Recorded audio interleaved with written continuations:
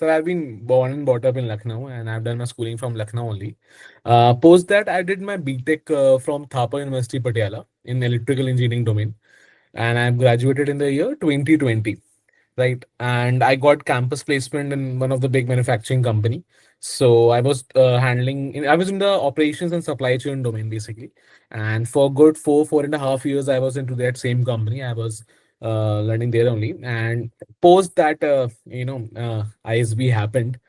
Yeah, this was a brief, intro about me. I would like to mention the bottom line first, and that is interview is the most important thing in the ISB selection process. I cannot emphasize more on this. It's very simple. It's very, very simple. Right now, I'm telling you what all stuff is there. So, post submitting the application, I think if definitely you are confident because you have submitted the application, you should start preparing for the interview, and you can connect with alums, right? What all thing is there in the quiz? That's what I did, right?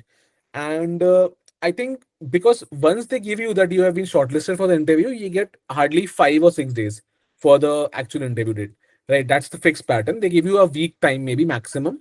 That like if they give for me, it came on like I guess 28th Feb 2024, 2025, and I had my interview on 8th March. I am not sure. I am not able to recall the exact date, but somewhat like this only. So a week time they gave you, right? So I don't think means for some I think 7 days are enough for to prepare for the interview, but for me like getting into IC was the most important goal anyhow. So for me it was very important, and people had told me many times that this is the most important thing.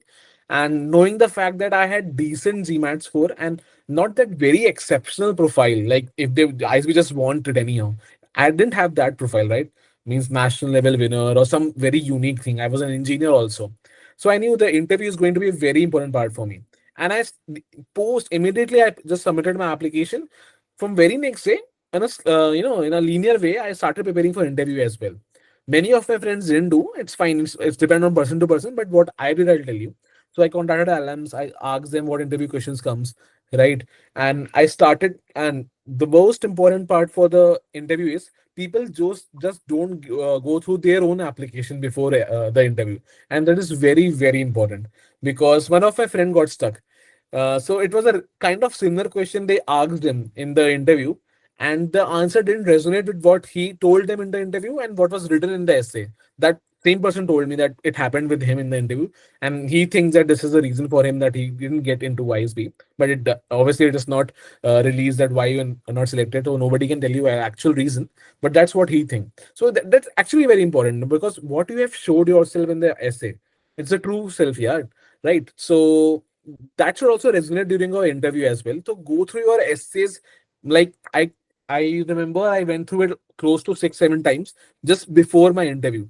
So that I remember each and everything which is written in the essays, and I should know the meaning and everything of each and every word that is mentioned in the essay. That why I have written this. This is the most basic part which you can do.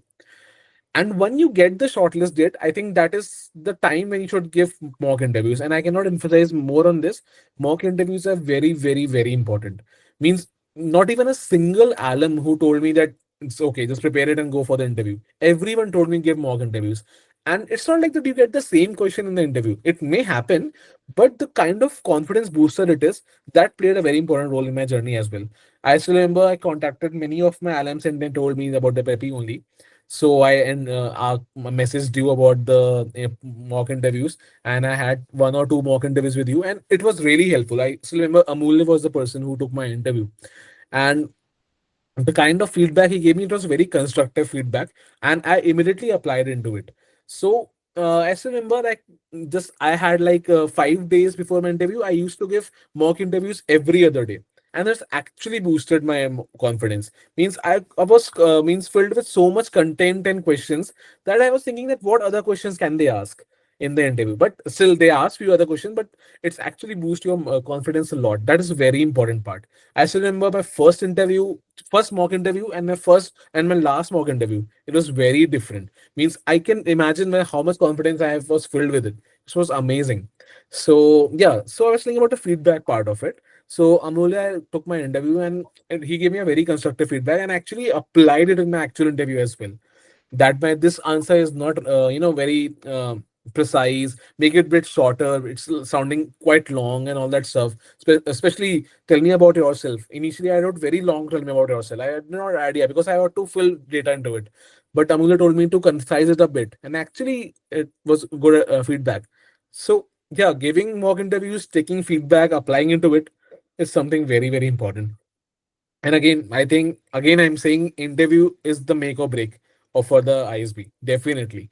Means a post interview actually texted my mother as well. That means I've nailed it because my interview was the best part in the whole application journey. Means I still think my GMAT score was decent. Yeah, application essays was good, but in the interview, I could feel it that it's a very good interview going because it's a kind of conversation only because you just talk to each other.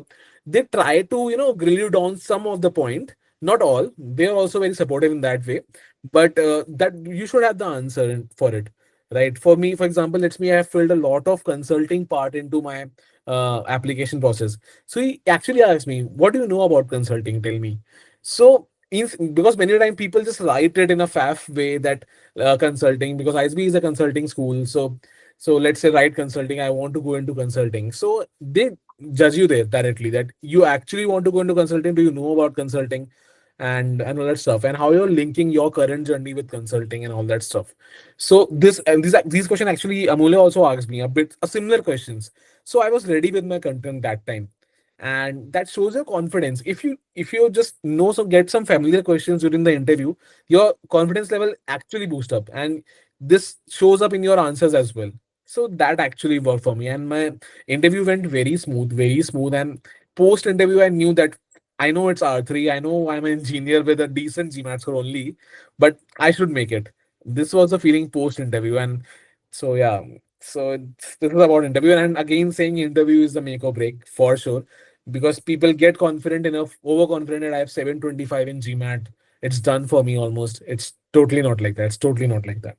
Because I got to know that these are very like problem situational based questions, like ethical questions maybe that we get to know get in the ZAT paper as well. There were similar questions that you are stuck in this problem. What way will you do something like that? So you can do it in the. I just gave I guess three four on the spot essays online. I just prepared for them. And that is enough, I guess, because the questions are very different. Just that you have to make sure that you are being ethical, morally correct, and you are able to solve the problem. That is the board they are checking during the on the spot essays. And you don't have to write very long answers. Just a short, I don't know the exact length, but a short answer is required in the on the spot essays. So I don't think that's very difficult. It's just like you have to be ethically correct because people with 3 4 years of experience already have faced those kind of situations in their work life. So I think that was very easy for me. Not that easy, but it was very similar for me, I'll say, because uh, I know that what one has to do in these situations. You just have to be yourself, write it, and that's it. That's not very difficult part for the honors for essays. For me, the interview happened online because R3 candidate it was actually quite delayed as well.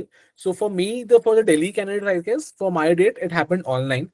So online also is a different ball game because you join a Zoom meeting where lots of candidates are already there. So you see them in their professional attire and you feel, oh my God, so they are highly experienced. They must be more intellectual than me. That's what I also felt some of the days, right? But what I said is ki if you have reached there, it means you have the capability to get into it.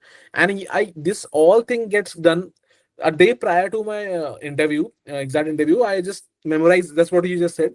I just memorize everything that how it is going to happen. I'll join the Zoom link. I'll be in a channel. Then there will be panel. There were 3 4 people who were taking my interview. That actually helps. It's a very psychological, to be honest, but that actually helps.